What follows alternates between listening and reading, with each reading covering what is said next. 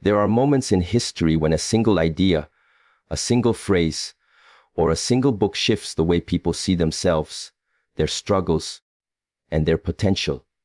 We live in a time overflowing with information, yet every once in a while, a book emerges that doesn't just entertain, educate, or inspire, it transforms lives. Today, I want to speak to you about the book that changed thousands of lives.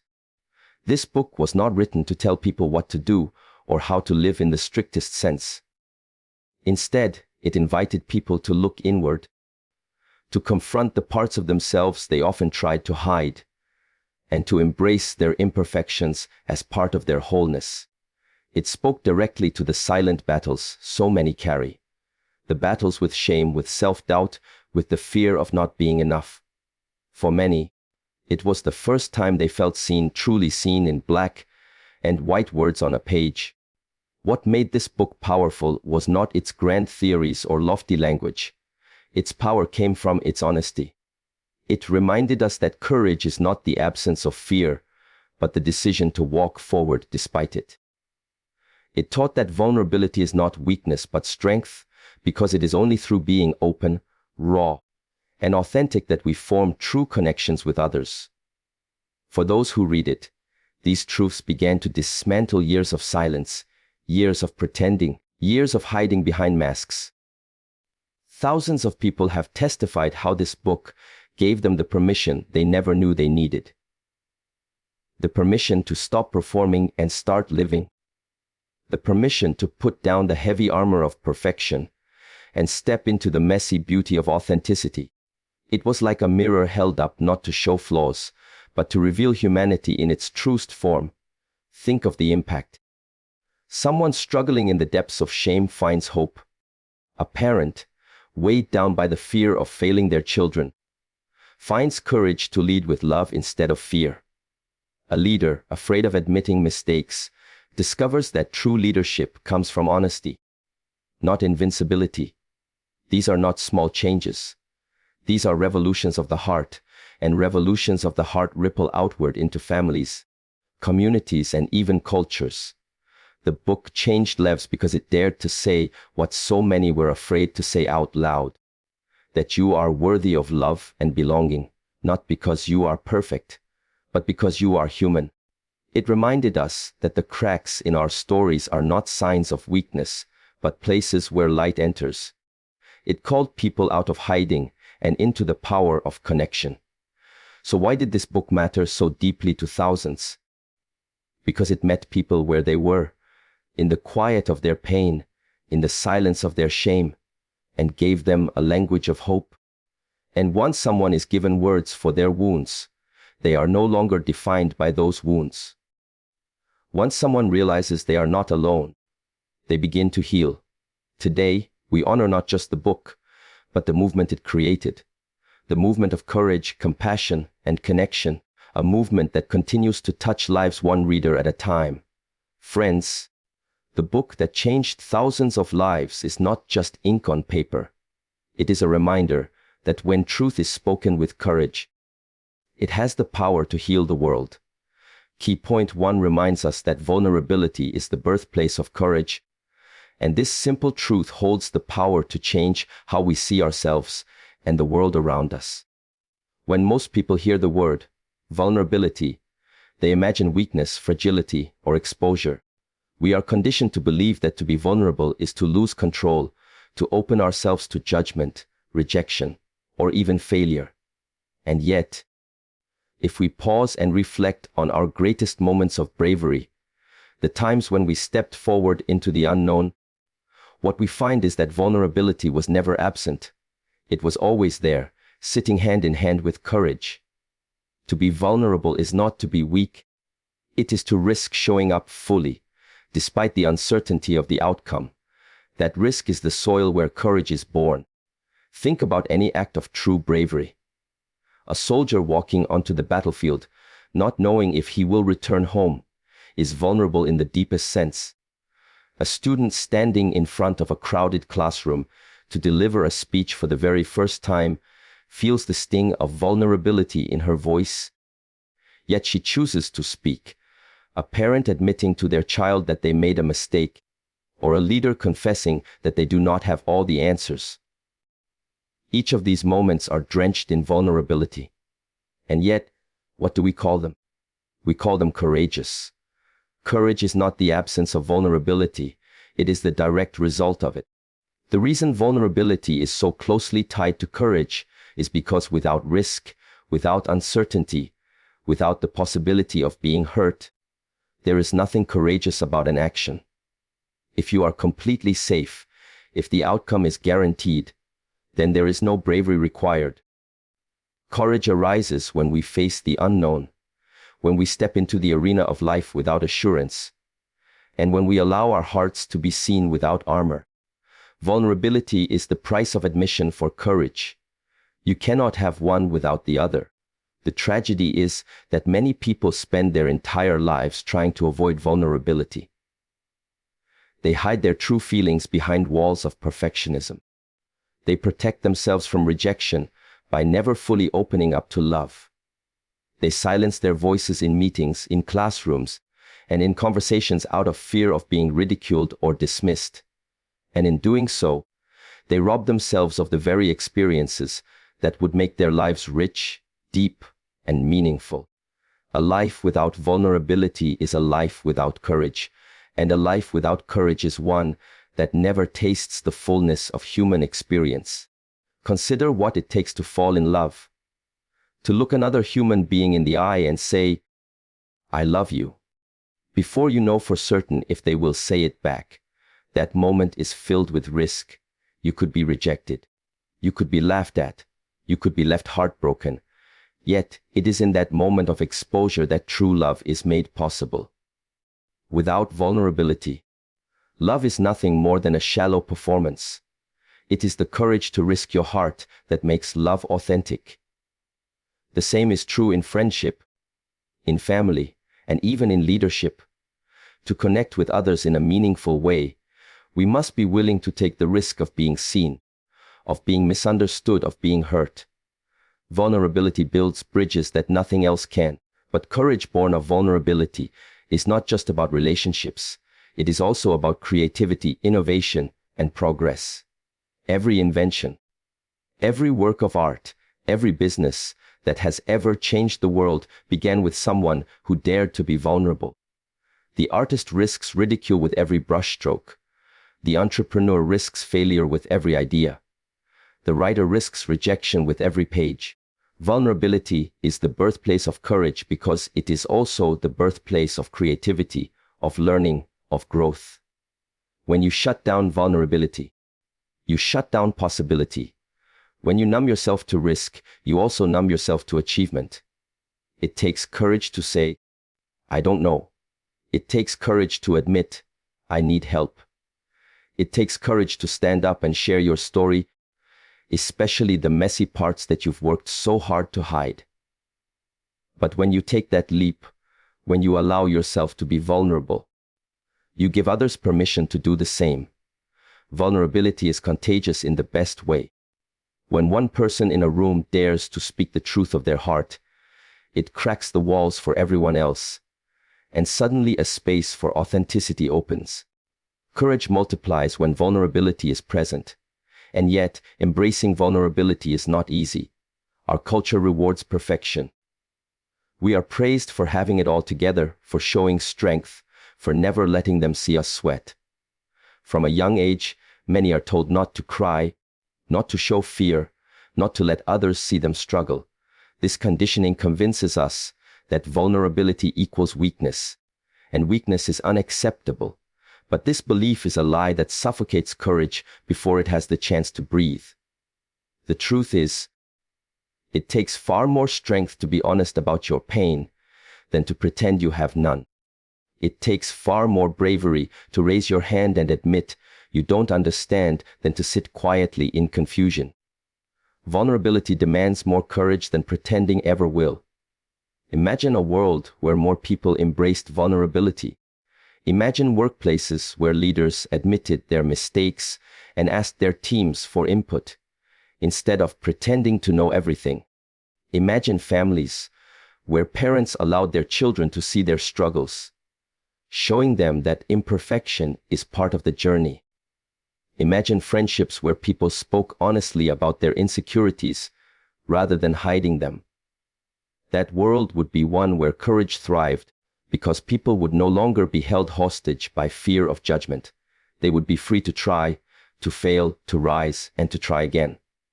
Of course, vulnerability does not guarantee success. To be vulnerable is to accept that sometimes things will not work out the way we hope. Sometimes we will be rejected. Sometimes we will fail. Sometimes we will be misunderstood. But courage is not about eliminating those possibilities. It is about stepping forward anyway. The person who dares greatly, who risks vulnerability in pursuit of something meaningful, may stumble and fall, but they will never know the emptiness of a life lived behind walls. Vulnerability is risky, yes, but it is a risk worth taking because it opens the door to courage, connection, and purpose. At the end of the day, courage does not live in grand gestures alone. It is not only found on battlefields or in front of cheering crowds. More often, it is found in the quiet, everyday acts of vulnerability. It is in the student who raises her hand despite trembling. It is in the man who tells his partner the truth of his fears.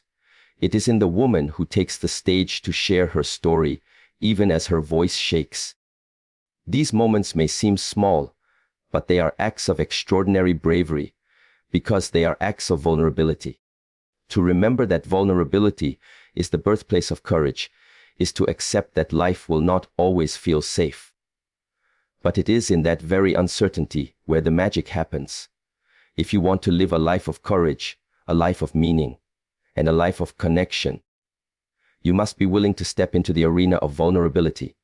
Take off the armor. Allow yourself to be seen. Risk the fall, for in the risk lies the rise. That is where courage is born. Shame loses its power when spoken, and this is one of the most profound truths about the human experience. Shame is that quiet, insidious voice that whispers in the dark corners of our hearts, telling us that we are unworthy, unlovable, or broken beyond repair. It is different from guilt. Guilt says, I did something bad, but shame says, I am bad. Guilt can be useful because it points us toward making amends and doing better, but shame, left unchallenged, chains us to a false identity of unworthiness. It thrives in silence, secrecy, and judgment. The longer we keep it hidden, the more powerful it becomes, wrapping itself around our self-worth until we begin to believe the lies it tells us.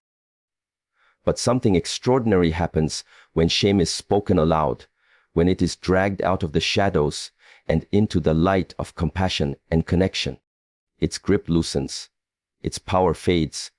It can no longer control us in the same way. The human heart is not designed to carry shame in isolation.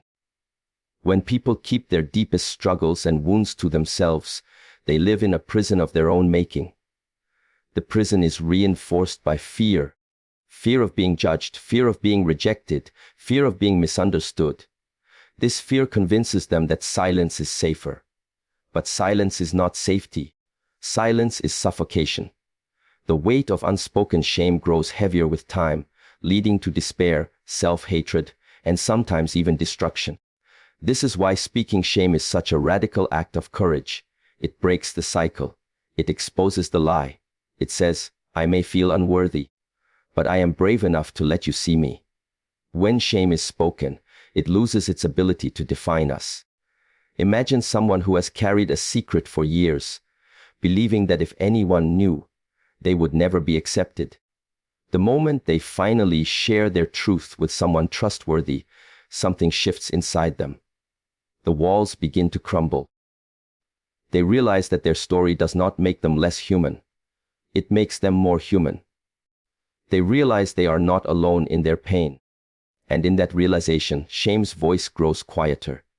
Speaking shame allows us to reclaim our identity, to step back into the truth of who we are beyond the mistakes, the failures, or the wounds. Connection is the antidote to shame, and connection requires honesty. When someone dares to speak about their shame, they create space for others to say, me too. This two-word response is one of the most healing experiences a person can have because it dismantles the illusion of isolation. Shame tells us that we are the only ones who struggle, that no one else could possibly understand, that our story is uniquely ugly. But when our story is met with empathy instead of judgment, shame begins to unravel. This is why support groups, therapy sessions, and honest conversations with friends can be life-changing. They allow people to share what they thought was unspeakable, and to discover that it is not only speakable, but also forgivable, understandable, and even relatable. The danger of keeping shame unspoken is that it festers. Left unexpressed, shame can lead to destructive behaviors like addiction, aggression, or perfectionism. People attempt to numb it with substances, drown it in achievements, or bury it beneath anger. But these coping mechanisms only dig the hole deeper. They might silence shame for a moment, but they do not heal it. Healing begins only when the truth is spoken, when someone is brave enough to tell their story and trust that compassion will meet them on the other side. Speaking shame is not about announcing it to the whole world. Sometimes it's about confiding in one safe person who can hold your story with gentleness. It is also important to recognize that not everyone can hold our shame safely. Part of the courage of speaking shame is choosing carefully who we trust with our vulnerability. To share your deepest wounds with someone who responds with judgment or dismissal can reinforce shame rather than weaken it. This is why finding compassionate listeners, whether they are friends, mentors, counselors, or communities of understanding, is vital. The power of speaking shame lies not just in the act of speaking, but in the presence of empathy on the receiving end. Empathy is the force that disarms shame.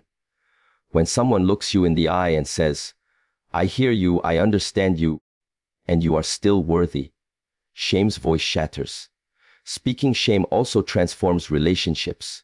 When we are honest about our struggles, our connections become more authentic. Too often, relationships are built on masks, with both people pretending to have it all together. But true intimacy is born when those masks fall, when one person dares to say, "This is where I feel not enough." In that moment, the relationship moves from surface-level performance to real depth. The honesty creates trust, and the trust creates a bond that cannot be built any other way. Families, friendships, and marriages all grow stronger when shame is no longer allowed to lurk in silence. In leadership, the principle is just as powerful. Leaders who admit mistakes, who speak openly about challenges, and who refuse to hide behind a facade of perfection inspire trust in their teams. Instead of creating environments of fear, they create cultures of authenticity where people feel free to be honest. This doesn't mean leaders should spill their deepest wounds in every meeting. But it does mean that by modeling openness and honesty, they show others that shame has no place in their shared space. Such cultures are fertile ground for creativity, growth, and resilience. One of the most liberating truths about shame is that it cannot survive empathy. When someone shares their deepest pain and the response is compassion rather than condemnation, shame cannot breathe in that atmosphere. It dies in the presence of empathy. This is why communities of honesty, friendship, and unconditional love are so powerful. They suffocate shame until only courage remains. When shame is spoken and empathy answers, lives are changed. People find freedom to live, to love, and to create without being bound by the chains of secrecy. Speaking shame also allows us to own our stories rather than being owned by them. When we refuse to talk about our shame, it dictates how we live. It decides what we hide, what risks we take, what dreams we pursue. But when we bring shame into the light and speak it, we reclaim authorship of our lives. We can say, "Yes, this is part of my story," but it is not the whole story. That act of ownership is an act of freedom.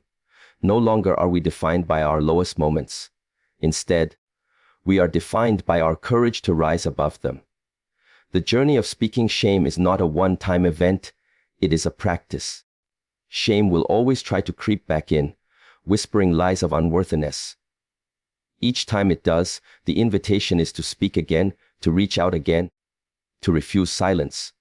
The more we practice speaking shame, the weaker its grip becomes, and the stronger our sense of worth grows. Over time, we learn that vulnerability is not something to be feared, but something to be embraced, because it is the pathway to courage, connection, and healing. To say shame loses its power when spoken is not just a nice idea. It is a lifeline. It is a reminder that we do not have to live in silence, that our struggles are not unique in their weight, and that healing begins with honesty. It takes courage to open our mouths and share what feels unspeakable, but in doing so, we break shame's hold and step into freedom.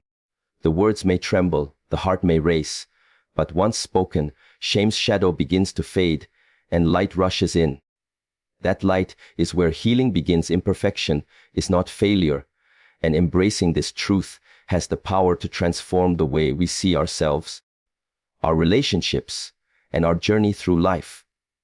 For too long, people have been conditioned to equate imperfection with weakness, to believe that flaws disqualify them from worthiness, and that mistakes diminish their value.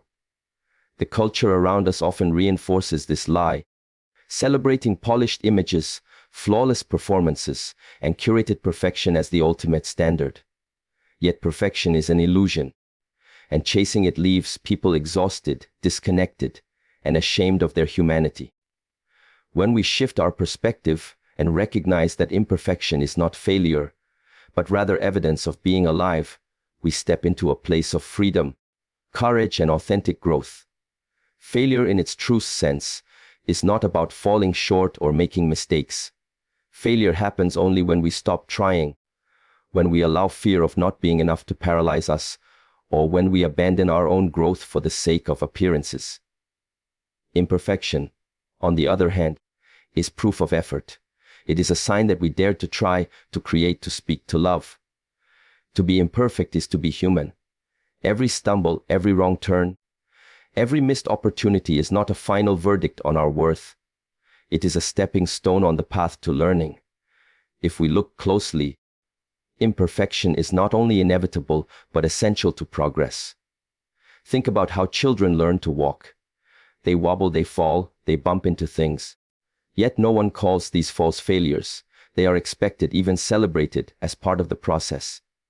In fact, it is those very stumbles that strengthen their muscles and improve their balance. Without falling, they would never learn to walk steadily. Yet as adults, we often forget this truth. We expect ourselves to perform flawlessly from the start, and when we stumble, we judge ourselves harshly. But imperfection is still the same teacher it was in childhood. Every misstep contains wisdom if we are willing to see it not as failure, but as feedback. When we treat imperfection as failure, we close ourselves off to possibility. A painter who fears imperfection may never touch the canvas. A writer who fears criticism may never write the first page. An entrepreneur who fears making mistakes may never launch their idea. And in each case, the world loses something beautiful that might have been. Imperfection is not a disqualification, it is the cost of creation. Nothing meaningful comes into the world without first being messy, awkward, and unfinished. The rough draft is imperfect, but it is necessary. The first attempt is clumsy, but it is progress. The voice that cracks on stage is imperfect, but it is brave. Imperfection also connects us to others. People are drawn to authenticity, not perfection. Think about the relationships that matter most in your life. Are they built on flawless performances, or are they built on shared vulnerability, laughter over mistakes, and compassion for flaws? When we try to appear perfect, we build walls around ourselves. We present an image, but not our true selves. Others may admire the image, but admiration is not the same as connection. Connection comes when we reveal the cracks in our armor, when we admit, "I don't have it all together," and someone responds, "Me neither." Our imperfections invite intimacy because they show that we are real. The obsession with perfection often stems from shame, the belief that unless we perform perfectly, we are unworthy of love or acceptance. This belief drives people to hide their flaws, to bury their mistakes, and to live behind masks. But the irony is that the very thing we fear will make us unlovable. Our imperfection is what actually allows others to love us deeply. People cannot love a mask, they can only love what is real. To be fully loved, we must be willing to be fully seen, imperfections and all. Imperfection is also the birthplace of resilience. Life will never be flawless. Disappointments will come, plans will fall apart, and challenges will arise. If we see imperfection as failure, these moments will crush us. But if we accept imperfection as part of the journey, we can adapt, learn, and grow stronger. Resilience is not built by avoiding mistakes, but by moving through them, by discovering that we can stumble and still rise again. Every scar, every flaw, every lesson etched into our story is a testament not to failure but to survival. Our imperfections carry the proof of our strength. Culturally, perfectionism is often rewarded. We celebrate the person who appears to have it all together, the one who hides their struggles and performs flawlessly. But beneath the surface, perfectionism is corrosive. It robs us of joy, because no matter how much we achieve, it whispers that it is not enough. It steals our creativity, because we are too afraid to produce something less than flawless. It suffocates our relationships, because we are too busy performing to truly connect. The alternative is not to stop striving for excellence, but to shift our perspective. Excellence grows out of imperfection. It is shaped by trial, error, and persistence. To embrace imperfection is not to settle for mediocrity, but to recognize that greatness is a process, not a finished product. Even in spiritual and philosophical traditions, imperfection is often seen as a teacher. The cracks in pottery, the rough edges of stones, the wrinkles in skin, all of these are marks of a story unfolding. They remind us that beauty is not found in flawless surfaces, but in the depth of character, in the resilience of survival, and in the uniqueness of every journey. The Japanese art of kintsugi, which repairs broken pottery with gold, symbolizes this truth powerfully. The cracks are not hidden but highlighted, because they make the object more beautiful, not less. Our imperfections, too, are not blemishes to hide, but marks of beauty that reveal the richness of our humanity. To embrace imperfection is to give ourselves permission to live fully. It allows us to try new things without the crushing fear of failing. It allows us to pursue relationships with honesty instead of performance. It allows us to rest, to breathe, and to stop chasing an impossible standard.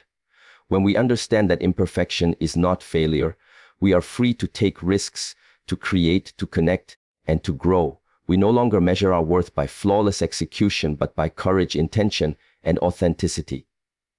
The truth is, no one ever looks back at their life and remembers the moments they were perfect. What people remember are the times they were real, the times they laughed at their mistakes, the times they kept going after setbacks, the times they loved imperfectly but wholeheartedly. Those are the moments that give life meaning. Imperfection is not failure, because it is what makes us human. It is what makes us relatable, resilient, creative, and connected. To embrace our imperfections is to embrace ourselves. And when we embrace ourselves, we step into the kind of freedom that perfection can never offer. The freedom to live boldly, to love deeply, and to rise courageously every time we fall. Connection requires authenticity. And this is one of the deepest truths about human relationships and the way we build belonging in our lives. Authenticity means showing up as who we truly are, not as who we think people want us to be, not as the mask we've polished to impress, and not as the role we've rehearsed to avoid rejection. It means daring to be seen in our rawness, our imperfection, our vulnerability. Without authenticity, connection becomes hollow. People may interact with one another, laugh together, even share space, But without authenticity, there is no real intimacy. What binds us to one another is not the illusion of perfection, but the honesty of our shared humanity. So often, people confuse fitting in with belonging. To fit in, we adjust ourselves to the expectations of the group, trimming away parts of who we are in order to be accepted. We say what others want to hear, we hide what might make us different, we silence our true feelings. On the surface, it may look like connection, but deep down it leaves us feeling lonely. Why? Because what is being accepted is not the real us, but the mask we wear. Belonging, on the other hand, requires authenticity. It happens when we can bring our whole selves to the table and still be embraced. That kind of connection cannot exist without honesty. When we live without authenticity, we build relationships that are fragile. They depend on us continuing the performance, never letting the mask slip. But the moment cracks appear, when our imperfections show, when we struggle, when we express an unpopular opinion, the relationship often crumbles. This is because it was never built on truth in the first place. Authentic connections are strong because they are rooted in reality, not in illusion. They allow space for mistakes, disagreements, and growth. They allow people to be seen in their fullness, and being fully seen is what every heart longs for. Authenticity is not easy. Many of us have been trained from childhood to suppress parts of ourselves in order to be accepted. Perhaps we were told not to cry, not to be too loud, not to show weakness, not to speak unless spoken to. Over time, we learned that approval often comes when we hide our true selves. As adults, this training manifests in perfectionism, in people-pleasing, in staying silent when we want to speak. But every time we betray our authenticity, we deepen the loneliness inside. We may win temporary approval, but we lose the possibility of genuine connection. To reclaim authenticity is to unlearn these patterns, to risk being misunderstood, and to trust that the people who truly matter will accept us as we are. In friendships, authenticity is what transforms acquaintances into soul-level connections. You can have dozens of people you call friends, but if you cannot speak your truth with them, if you cannot laugh without pretending, cry without hiding, or share your struggles without shame, then you are surrounded by people yet still feel alone. True friendship happens when both people dare to be real. When someone says, "I'm not okay today," and the other responds with presence instead of judgment, authenticity has created connection. When two friends can admit fears, doubts, and dreams without performance, they step into the sacred ground of belonging. The same is true in love. Romantic relationships that lack authenticity often start with strong attraction, but quickly become fragile. If two people are showing only the parts of themselves they think will be liked, they are essentially in love with a projection, not a person. Real love requires authenticity because only when both people reveal who they truly are, their strengths, their flaws, their past wounds, their hopes for the future, can love root itself in truth. Without authenticity, love becomes a performance, and performances cannot last forever. But when love is rooted in authenticity, it can weather storms because it is built on honesty and vulnerability. In families, authenticity allows generations to truly know one another. Too often, children grow up seeing their parents as invincible, flawless, or unapproachable. Parents believing they must maintain authority, hide their own struggles. But when parents are authentic, when they admit mistakes, apologize when they are wrong, or show their humanity, it teaches children a powerful lesson. You do not have to be perfect to be worthy of love. Authenticity in families builds trust. It shows that love is not conditional on performance, but is rooted in acceptance of who we are. Even in leadership, authenticity is essential. Leaders who pretend to have all the answers, who wear masks of perfection, may command obedience but rarely inspire trust. Teams can sense when a leader is hiding behind a facade, and it creates distance. Authentic leaders admit when they don't know something. They are transparent about challenges and open about their own growth. This vulnerability builds connection because it reminds people that leadership is not about superiority, but about shared humanity. Authentic leaders inspire loyalty not by being flawless, but by being real. Why does authenticity create such strong connection? Because at the core of every human heart is a desire to be seen, known, and accepted. We crave the assurance that we can show up as ourselves and still belong. When someone is authentic with us, it gives us permission to be authentic with them. Their honesty becomes an invitation. You don't have to hide with me. You don't have to pretend. In this way, authenticity is contagious. One person's courage to be real creates space for others to lower their masks. Communities that embrace authenticity become spaces of deep connection, where people no longer feel isolated in their struggles, but supported in their shared humanity. Of course, authenticity carries risk. When we reveal our true selves, there is always the possibility of rejection. Not everyone will respond with acceptance. But the truth is that rejection based on authenticity is far less painful than acceptance based on pretense. If someone rejects you for being who you truly are, at least you know their acceptance was never meant for you. If someone accepts only the mask you wear, then their acceptance is empty. Better to risk rejection and find true belonging than to live in the shallow comfort of fitting in. Living authentically is a daily choice. It means speaking up when silence would be easier. It means being honest about your feelings instead of saying, "I'm fine," when you're not. It means admitting mistakes instead of covering them. It means allowing yourself to be vulnerable, even when it feels scary. Each of these choices chips away at the walls of pretense and opens the door to real connection. Over time, authenticity becomes not just a practice but a way of being, and the connections that flow from it become deeper, stronger, and more meaningful than anything built on performance. Connection requires authenticity because authenticity is the only thing strong enough to sustain love, trust, and belonging. Masks may win applause, but they cannot build intimacy. Perfection may impress, but it cannot foster closeness. Only truth spoken with vulnerability has the power to weave souls together. To live authentically is to risk being seen, but in that risk lies the reward of connection so deep and true that it nourishes the heart and gives meaning to life. Courage and compassion transform communities, and together they create environments where people not only survive but thrive. Courage on its own is powerful, and compassion on its own is healing. But when the two are woven together, they form a force that changes the way families operate, the way workplaces function, and the way societies grow.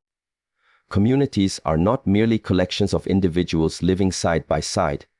They are networks of relationships, shared values, and mutual responsibilities. To transform these spaces into places of belonging, we need the courage to show up authentically and the compassion to honor the humanity of others. Without these two qualities, communities collapse into competition, fear, and isolation. With them, they flourish.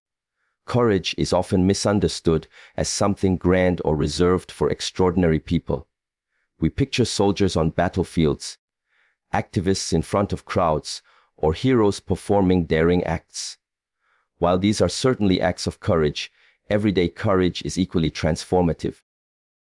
It is the parent who admits they made a mistake, the teacher who stands up for a struggling student, the employee who speaks truth to a manager, the neighbor who confronts injustice in their community. These moments of bravery might not make headlines, but they change the culture of the spaces we live in. Communities become healthier when individuals are willing to risk honesty, stand for fairness, and be authentic even when it's uncomfortable. But courage without compassion can become harsh or divisive. If we are brave enough to speak up, but not gentle enough to consider others' feelings, we may wound rather than heal.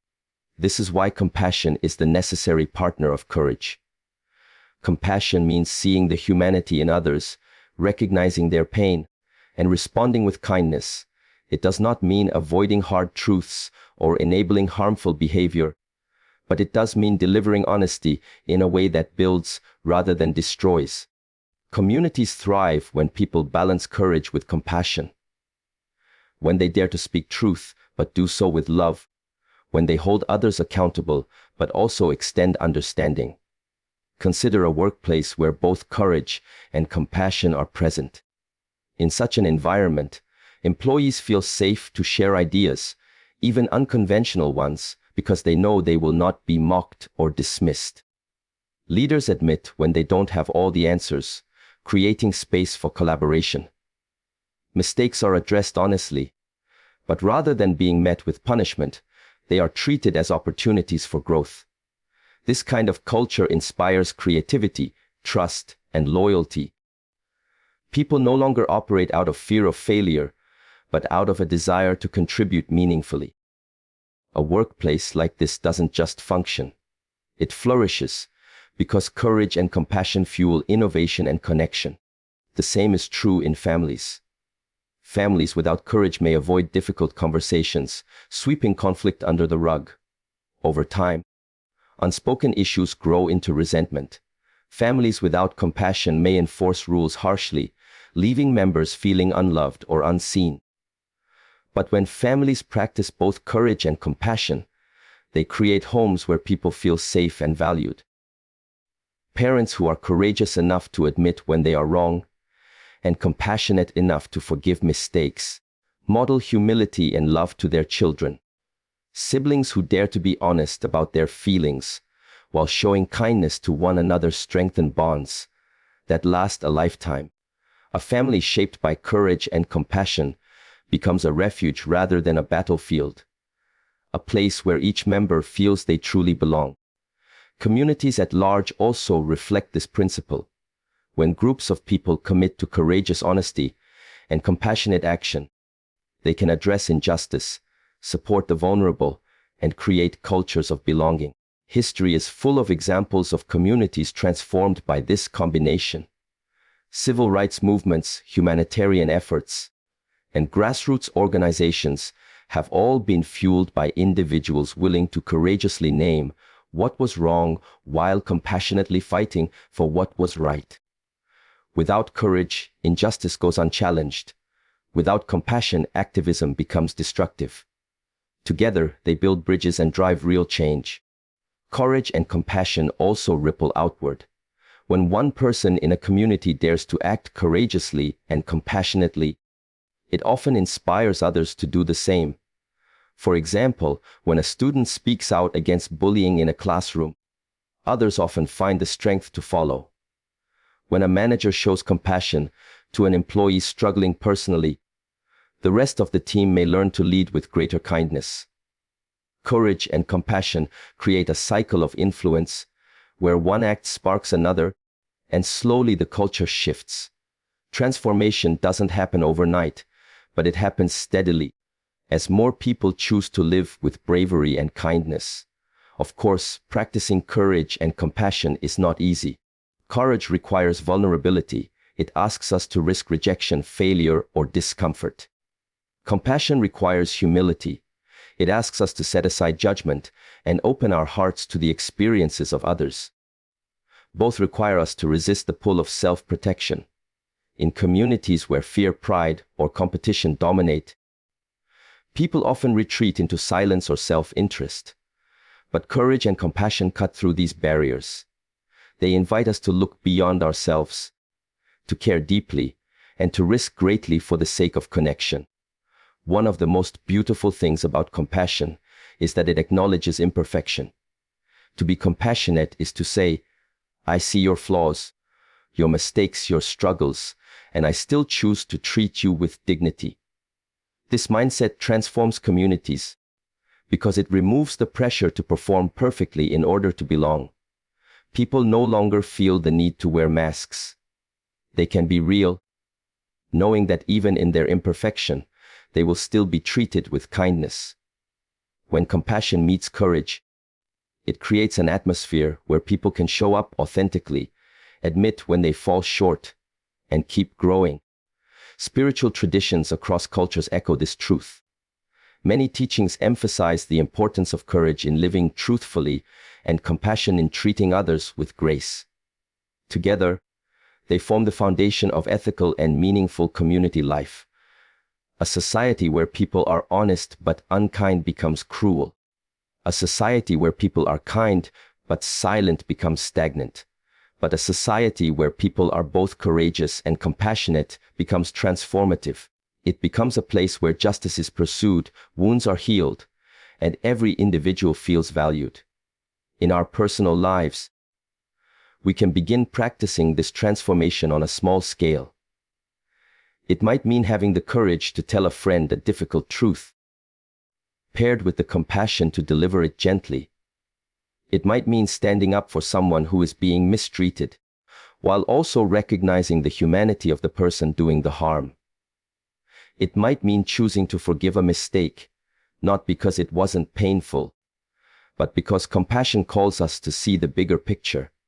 These acts, though small, build a foundation of trust, and trust is what holds communities together. Over time, communities shaped by courage and compassion become places of deep belonging. They are not perfect. Conflict will still arise, mistakes will still be made. But the way those conflicts are handled makes all the difference. Instead of silence or cruelty, there is honesty and empathy. Instead of fear or shame, there is understanding and accountability. This is how communities are transformed, not by avoiding imperfection, but by facing it with bravery and kindness. Courage and compassion are not luxuries, they are necessities for any community that longs to thrive. Without courage, people hide. Without compassion, people harden. Together, they create a balance that allows truth to be spoken and humanity to be honored. They make space for authenticity, connection, and growth. And as individuals choose to live this way, they spark a chain reaction that ripples far beyond themselves. Families are strengthened, workplaces become healthier, friendships deepen, and societies become more just. This is the quiet, steady, revolutionary power of courage and compassion. At the heart of it all is a simple truth. We belong to one another. Our lives are not separate threads but part of a larger tapestry. Courage and compassion are the threads that hold that tapestry together, weaving connections that are strong enough to withstand hardship and beautiful enough to inspire hope. When we live with courage and compassion, we don't just transform our communities, we transform the world.